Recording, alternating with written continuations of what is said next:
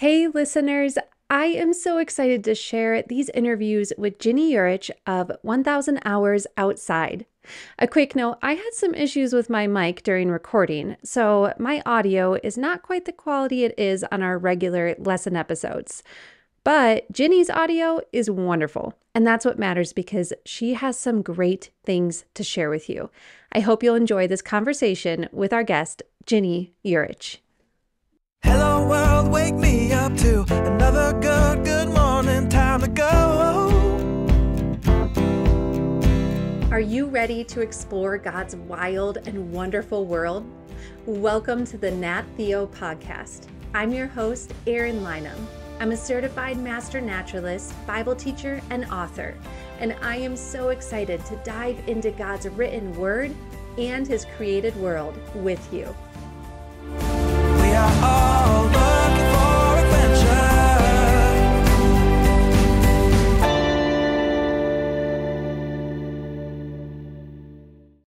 Hello, parents and caregivers. This is a special interview episode just for you. Of course, if your kids are listening, that is totally fine, as Nat Theo is always family friendly, and they might glean some wisdom from our conversation today. In fact, the kids heard from our guest, Ginny Yurich, on yesterday's episode. So if your children have not yet listened, make sure to click play on yesterday's episode. Ginny, thank you so much for joining us. I have loved watching your movement, 1000 Hours Outside, grow and impact so many families, including my own, over the past several years.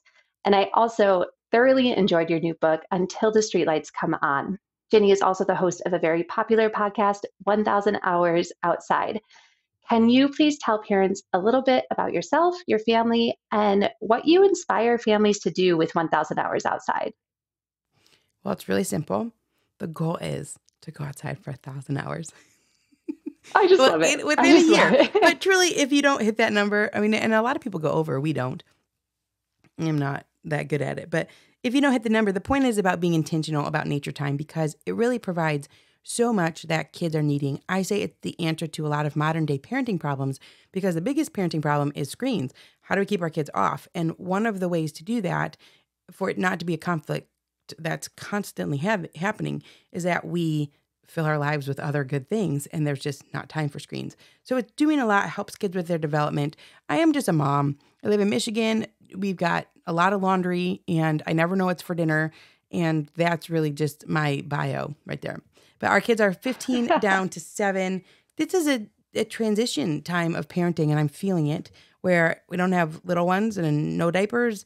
And also we're transitioning toward adulthood. So it's an interesting time to be a parent and it's really fun and special. Parenting is always changing, which is tricky. However, I will say that the nature time still works. And we made the goal of getting outside for an extended period of time a decade plus ago. And surprisingly, it still works and it still solves a lot of the problems that I think are tricky ones parenting in this day and age. So we are in the land of the hand, which is what a lot of people call Michigan. It's shaped like a glove.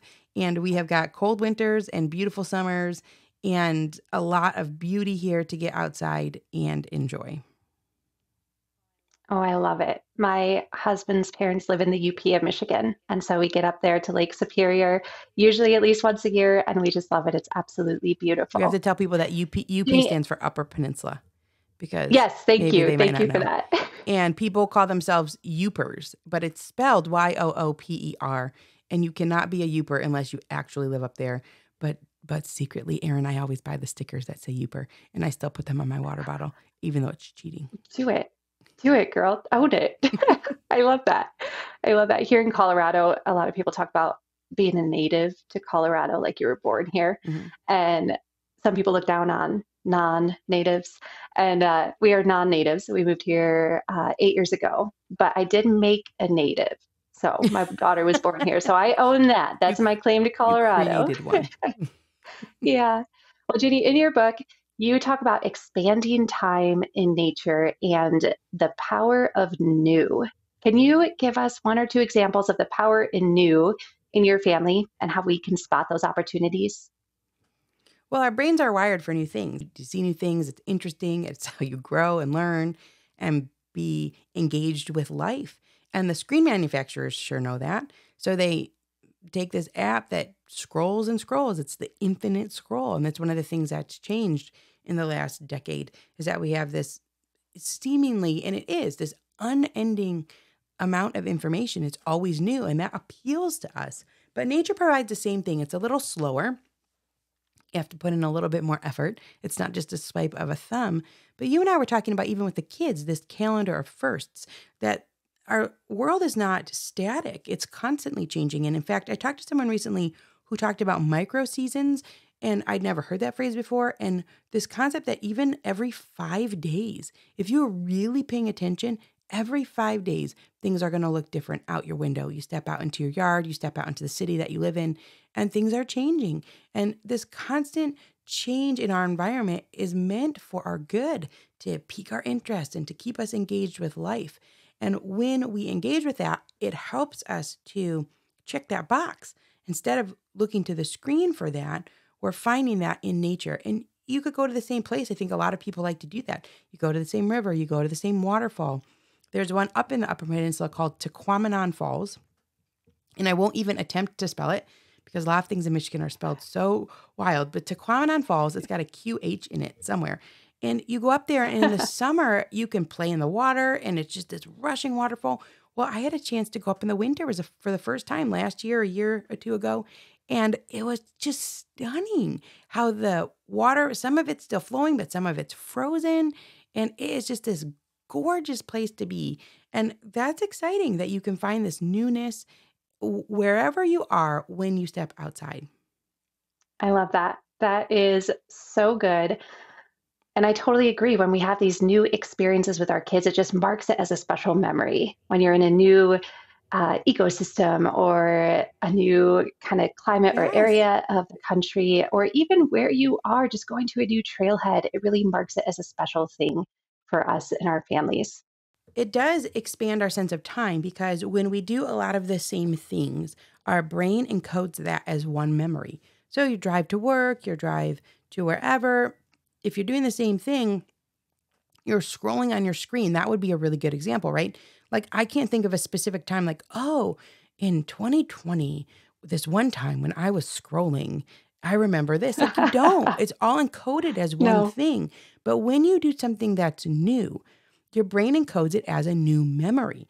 And that works with the seasons because even if you go to the same place, we've gone to the same place with our kids a couple times, like even out of the state, and they'll say, oh, the last time we were here, we talked about this, or the last time we were here, we saw this such and such thing.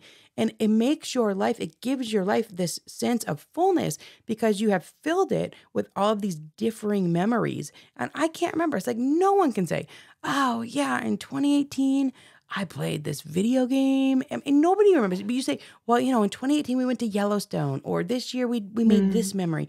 We had this picnic with that person. And you remember those things, and it does expand your sense of time and your sense of life.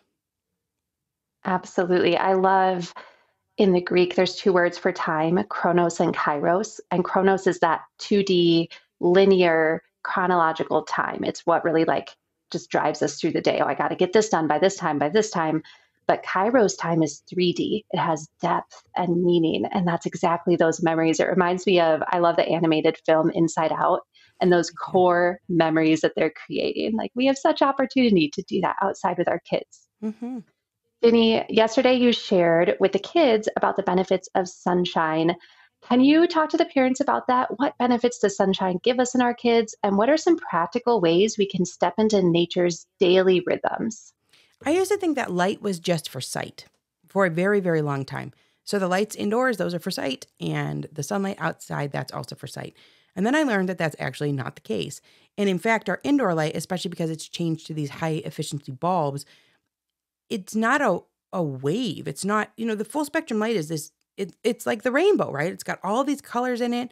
The sun, it's different. And when you're inside, they talk about like fluorescent lights. It's like this peak of green. You can see it in a picture, and it does not look like this wave or rainbow. It just looks very different.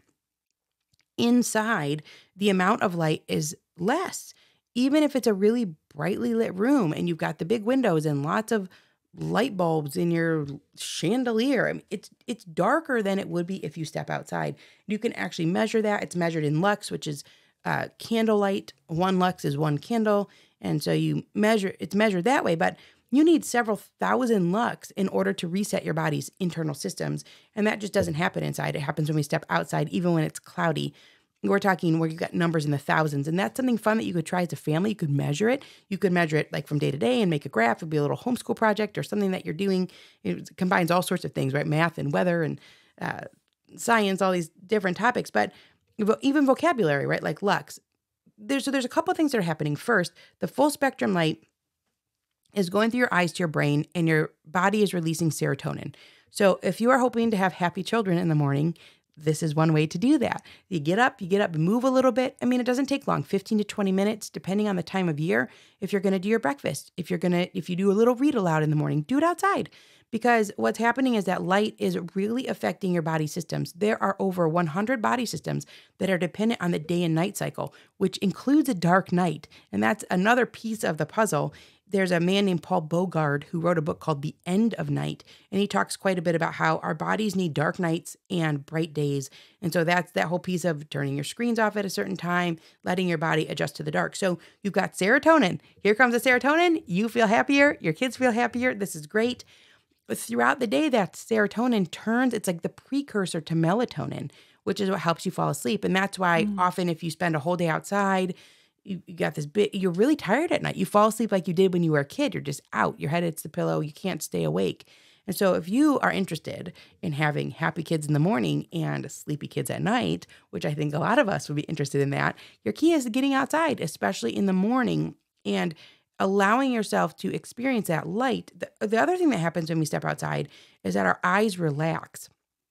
Katie Bowman, and she's the founder of Nutritious Movement, she calls it long distance looking, which I love that. And I never heard of that.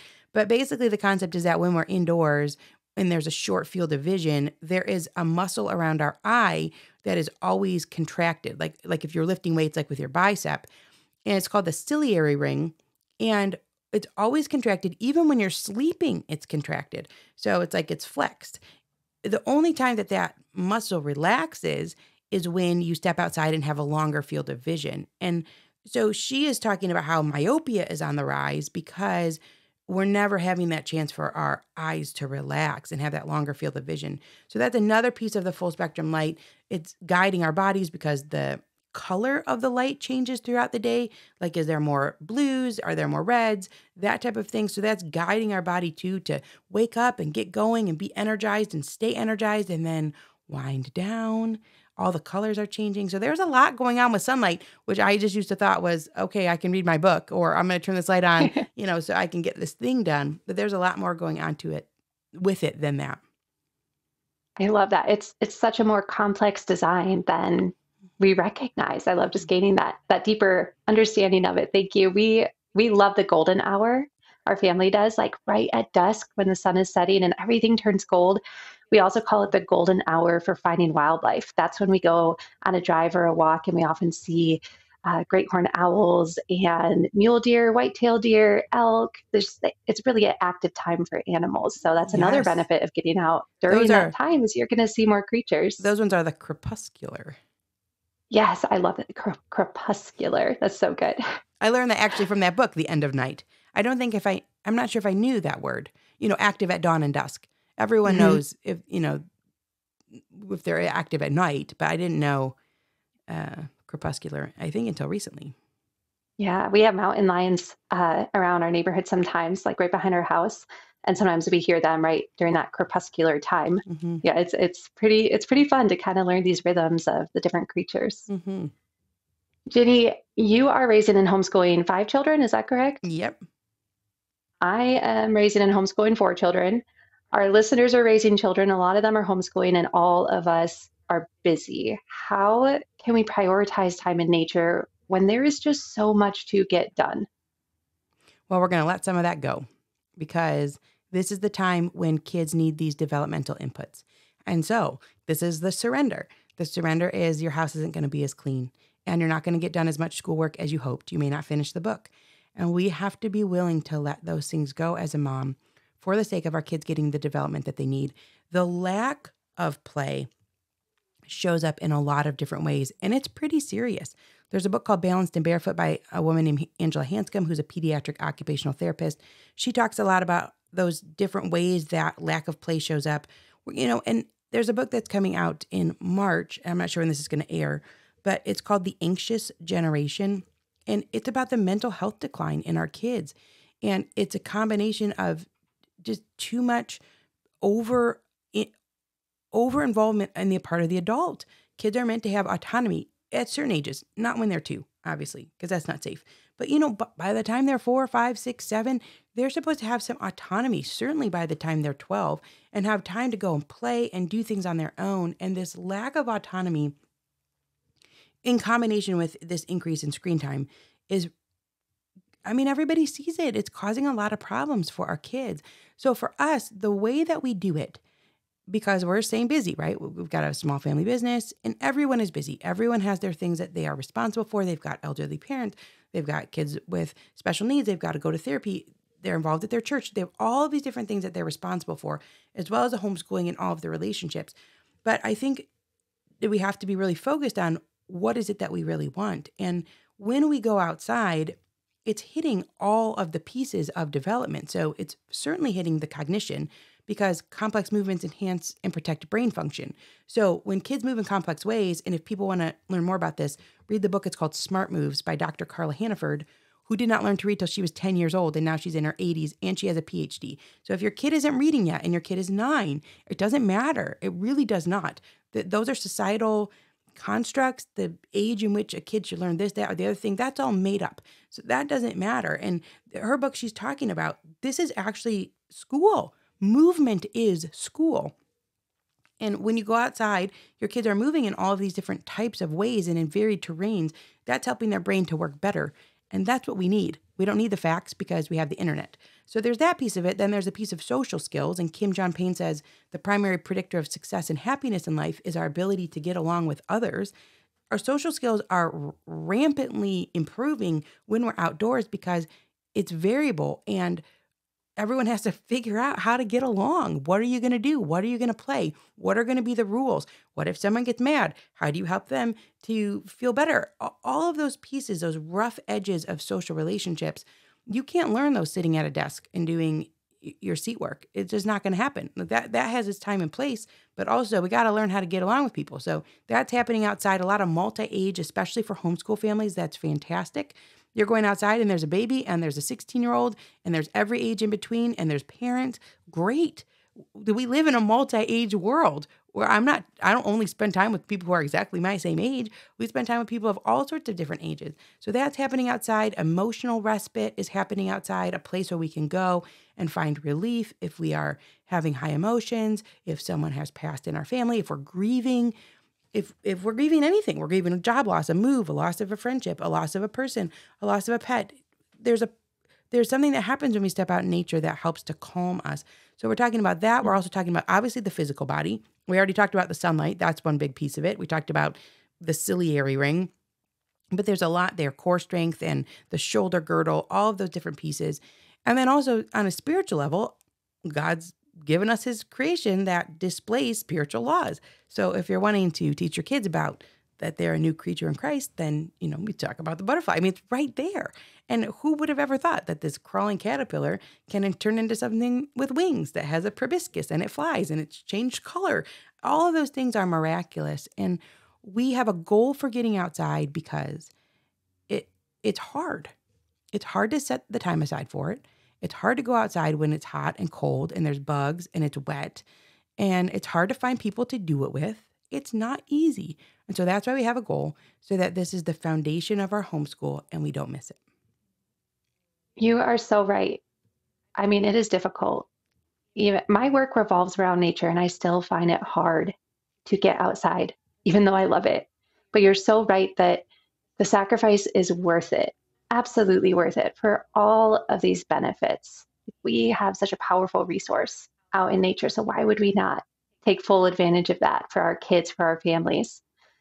Ginny, thank you so much for joining us yesterday with the kids and today with the parents and caregivers.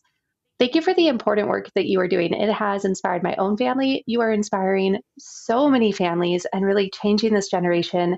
Before we go, can you share with the parents a favorite memory that you have as a parent exploring creation with your kids?